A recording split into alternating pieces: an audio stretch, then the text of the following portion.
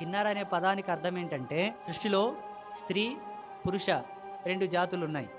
ఈ రెండింటికన్నా అతీతమైన శబ్దం ఏంటో చెప్పండి చూద్దాం. స్త్రీ పురుష శబ్దాల కన్నా, స్త్రీ పురుష జన్మల కన్నా అతీతమైన శబ్దాన్ని, ఒక జన్మను వర్ణించండి. అదే కిన్నర. ఆ కిన్నర శబ్దానికి అమ్మవారు ఏం చెప్తుందంటే ఇక్కడ, నన్ను స్త్రీ పురుష లింగ భేదములు లేకుండా అతీతమైనటువంటి లింగ ధర్మంతో కూడా నన్ను కొలవచ్చు.